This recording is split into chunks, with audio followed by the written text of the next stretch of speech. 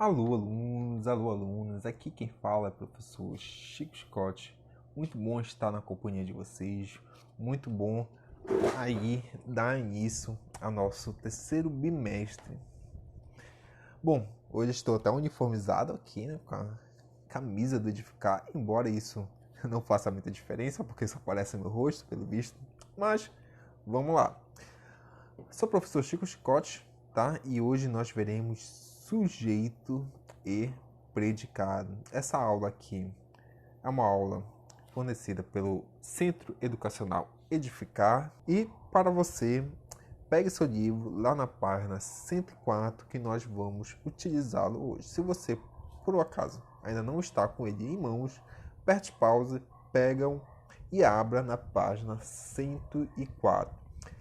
Lá haverá uma tirinha chamada sujeito e predicado, tá bom?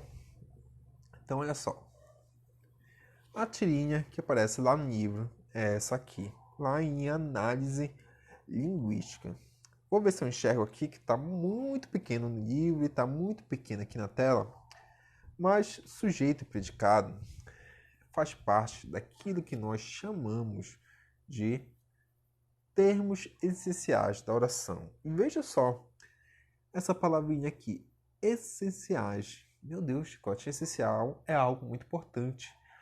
É algo que não pode faltar. Exatamente. Os termos essenciais não podem faltar na oração. Se faltar, já não é oração. Entendem?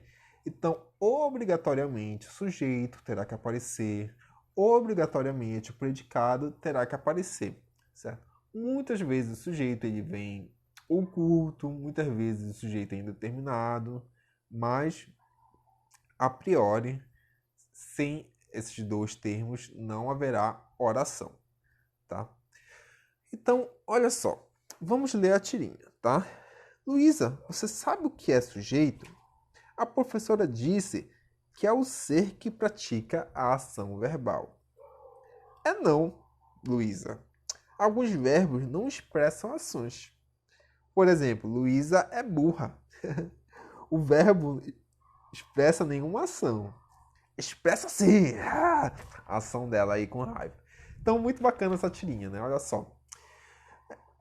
Sempre nós vamos analisar uma frase, uma oração, nós temos que começar pelo verbo, tá? Sempre nós começaremos pelo verbo. E olha só, sempre fala-se que o verbo faz ação, mas nem sempre o verbo é de ação. O verbo pode determinar um estado, por exemplo. E aqui nessa tirinha, esse é o caso, não é? Então, olha só. Erradamente, a professora diz que sujeito é aquele que pratica a ação, tá? E muitos professores ensinam dessa forma, mas está errado, tá? Porque nem sempre o sujeito vai praticar ação e nem sempre o verbo vai ser um verbo de ação, tá? Esse verbo por aqui, por exemplo, é de estado, né? Um estado da moça que é burra, segundo aqui a tirinha. Então, a graça é essa. Tá? O verbo não é de ação, mas ela acabou tendo uma ação de ira aqui relacionado ao fato dele ter chamado ela de burra. Então tá, sujeito e oração fazem parte essenciais da oração. Tá? Sujeito e o predicado. O sujeito será sempre a parte da oração que indica do que ou de quem se fala. Tá? É assim que nós assim que nós determinamos o sujeito. E o predicado vai ser todo o restante da frase. Vai ser todo o restante ali daquela oração. É o que acontece com o predicado, tá? Então, na verdade, é o que acontece com o sujeito. Desculpem, há um erro aqui de digitação. Então, o predicado é tudo o que acontece com o sujeito, tá? Então, o sujeito é a parte da oração que indica o que se fala e o predicado é o que acontece com esse sujeito. Então, olha só, como a gente descobre o que é o sujeito e o que é o predicado? Muito simples, muito tranquilo. No primeiro momento, nós temos que fazer o quê? Encontrar o verbo. Eu sei que vocês estão craque em verbo porque foi um dos últimos assuntos que nós vimos. Então, primeiro a gente tem que encontrar o verbo dentro da oração, tá? Encontrando o verbo, é possível encontrar o sujeito. Por quê, Scott? Porque o sujeito vai ser aquele que concordará, tá, com o verbo. Então, o verbo sempre vai concordar com o sujeito.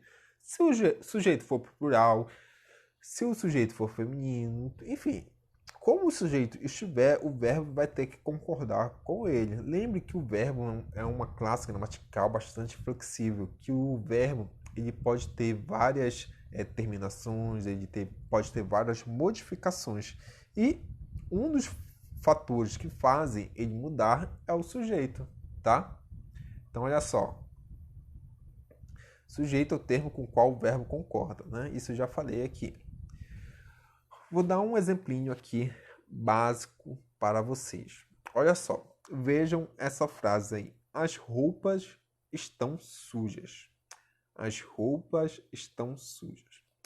A gente começa sempre por onde? Olha só, pelo verbo. Então, o verbo ele sempre pode ser conjugado, tá? Então, eu posso falar eu roupas, tu roupas, ele roupa. Não, né? Então, roupa não é verbo. Estão. Eu posso falar eu estou, ele está, eles estão. Posso, né? Então, aqui essa palavra ela pode ser conjugada, né?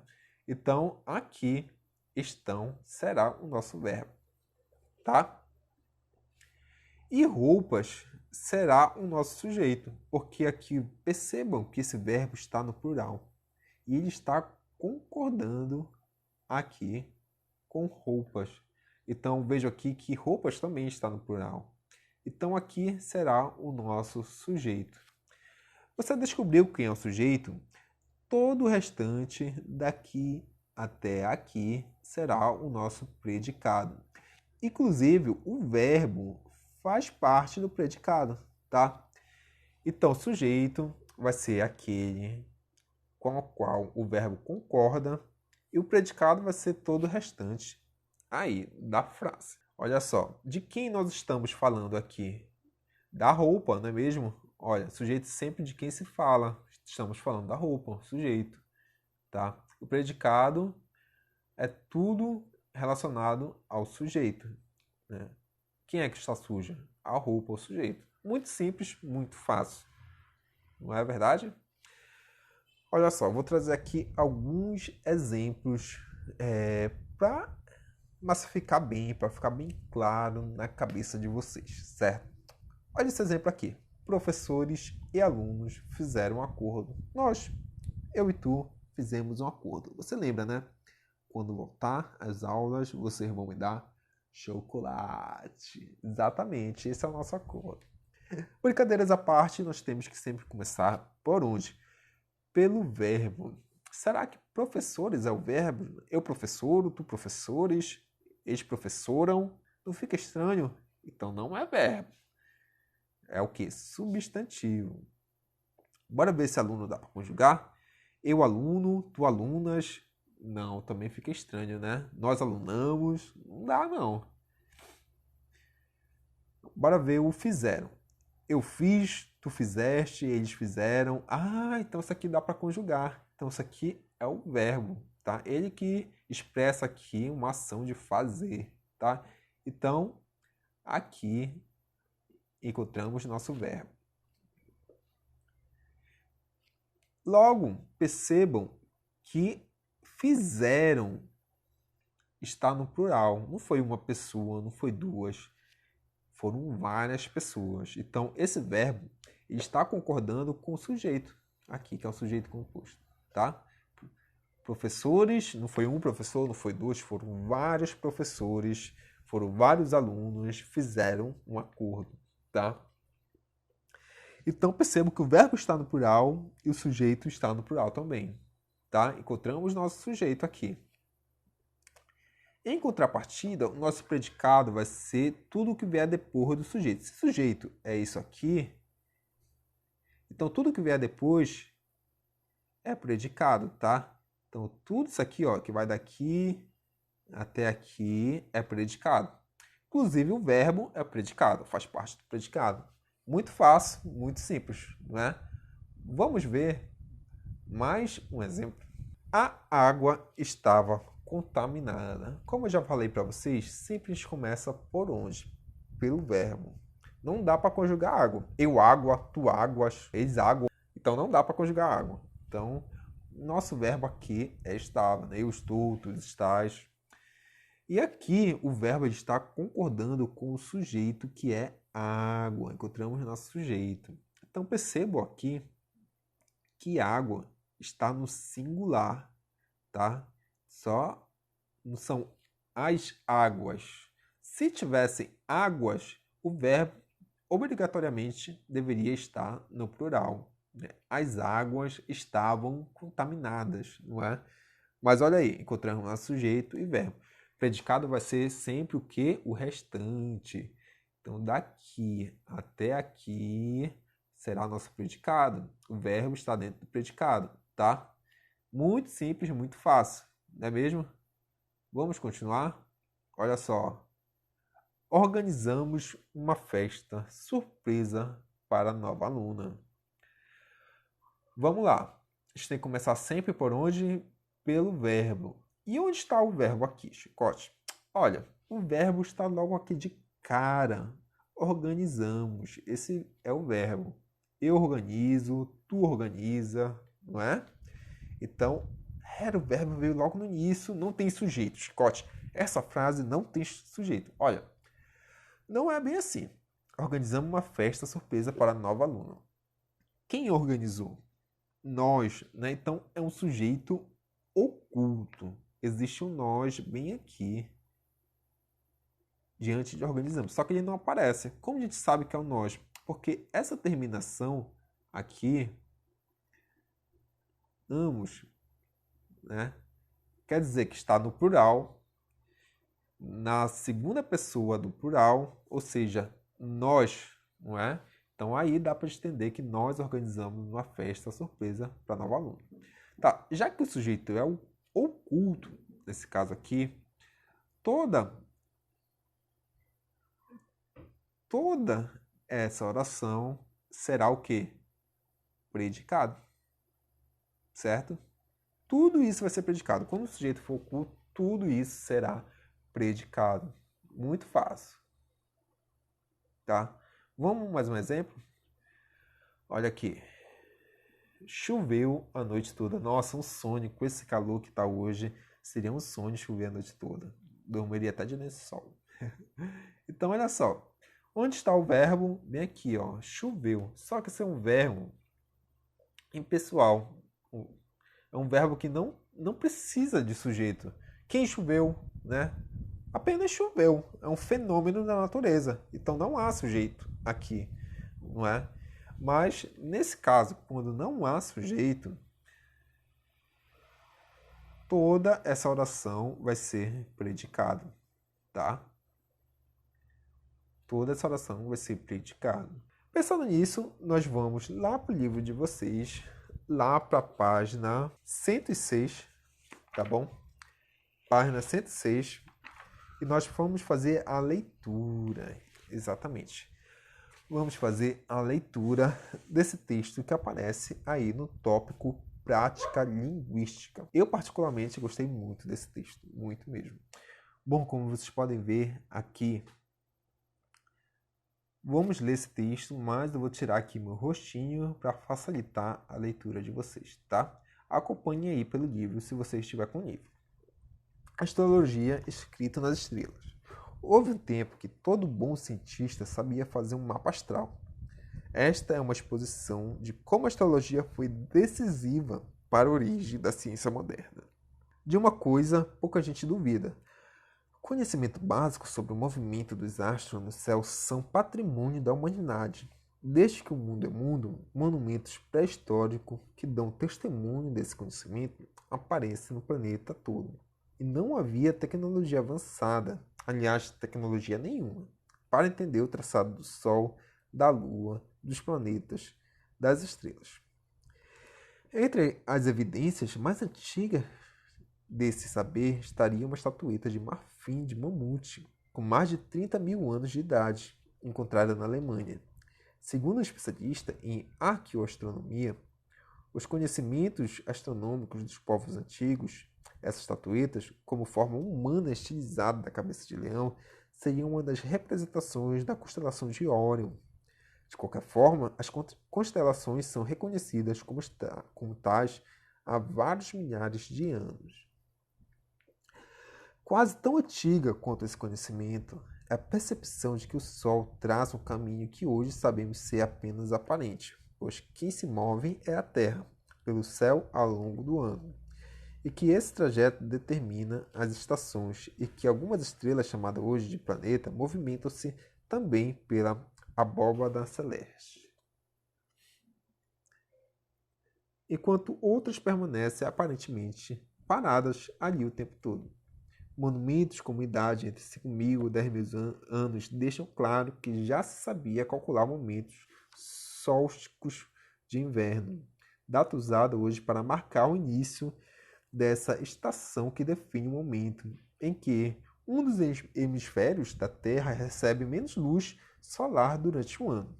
Ao juntar o conhecimento sobre constelações com o caminho que o planeta descreve no céu, os povos antigos passaram a contar com um verdadeiro relógio cósmico, que os ajudavam a prever mudanças relevantes no clima e na natureza. Isso se tornou ainda mais importante com o avanço da agricultura, porque o único jeito de plantar e colher no tempo certo era seguindo os sinais do céu. Não há certeza sobre tais fatos, pois a história ainda não era registrada sob forma escrita, mas é bastante provável que a mente desses povos tenha saltado da conexão entre acontecimentos celestes e os ciclos da natureza para uma relação direta entre astros e a história de cada ser humano. Coincidência ou não, parece ter sido na Mesopotâmia o mais antigo berço da agricultura que a ideia do que hoje chamamos de astrologia tomou corpo.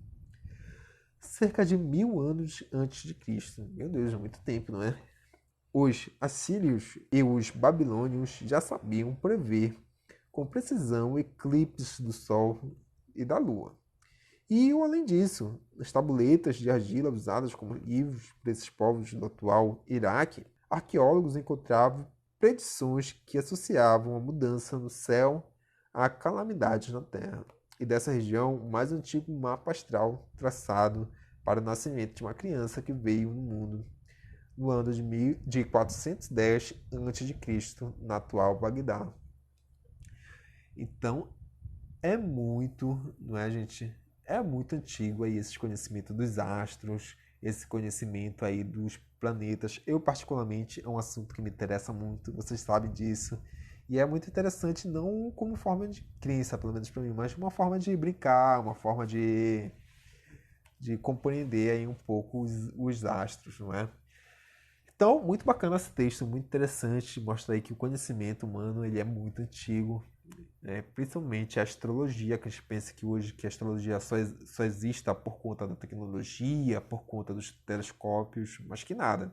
Muito antigamente lá, os povos antigos eles já dominavam aí vários conhecimentos, várias técnicas, não é?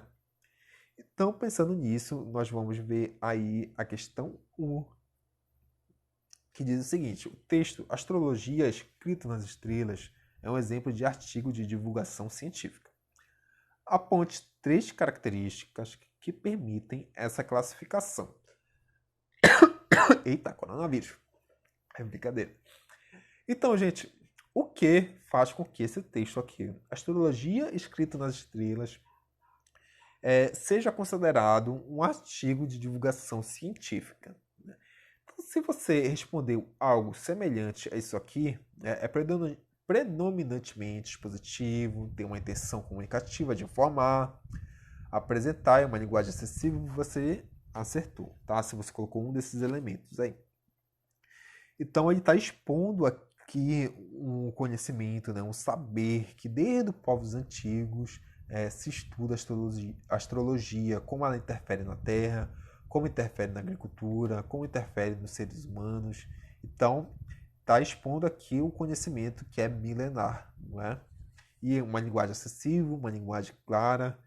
Ela foi publicada, esse texto, na Super Interessante, que é uma revista de divulgação científica, embora não a nível internacional, mas é. Então, todos esses elementos, todos esses critérios fazem com que esse texto seja artigo de divulgação científica, tá bom? O comando da segunda é: qual é o sentido da expressão desde que o mundo é mundo, utilizada no primeiro parágrafo, né? Desde que o mundo é mundo, então se você escreveu desde sempre, né? Desde que o mundo é mundo, é desde sempre. Então, desde que o mundo é mundo, por exemplo, o chicote é engraçado. Então, desde sempre é engraçado. Então, se você colocou desde sempre, está correto, tá? Terceira, ainda no primeiro parágrafo. Observa o termo grifado. Segundo o especialista em arqueoastronomia, os conhecimentos astronômicos dos povos antigos, essa estatueta com forma humana estilizada e cabeça de leão seria uma representação da constelação de Órion. Qual é a função desse comentário? Né? Então, no livro, é essa aqui, ó. Os conhecimentos astronômicos dos povos antigos, é isso que está grifado no livro. E a função é explicar o que é arqueoastronomia, tá? Então, essa aqui é a função, tá bom? Vamos lá para a quarta. Leia. Enquanto outras permanecem aparentemente paradas ali o tempo todo, no segundo parágrafo. Considerando-se o contexto, a palavra grifada substitui a expressão, né? Aí você vai ter que voltar lá no texto. Tá bem no início aqui da segunda coluna, aparece enquanto outras pessoas permanecem aparentemente paradas ali o tempo todo. O ali, se você ler um pouquinho antes, vai se referir à abóbada celeste, por exemplo. Vamos ler aqui: movimenta-se também pela abóbada celeste, enquanto outras permanecem aparentemente paradas ali. Ali aonde? Na abóbada celeste. Então, se você respondeu isso, está corretamente. Então, olha só, gente. Eu vou deixar aí o restante dessa atividade para vocês fazerem em casa, tá? Eu quero ver quem vai terminar primeiro aí. Manda lá no WhatsApp, no nosso grupo. Fala: professor, terminei a atividade lá do livro que o senhor pediu. Aí fala o nome, tá bom? Bora fazer essa brincadeira? Quero ver aí se vocês estão espertos, tá? Muito obrigado pela companhia, muito obrigado pela dedicação, muito obrigado aí pela escuta atenta, pela atenção. Muito obrigado também por vocês darem aquele apoio lá no WhatsApp para mim. Muito obrigado, gente. Beijos e até mais.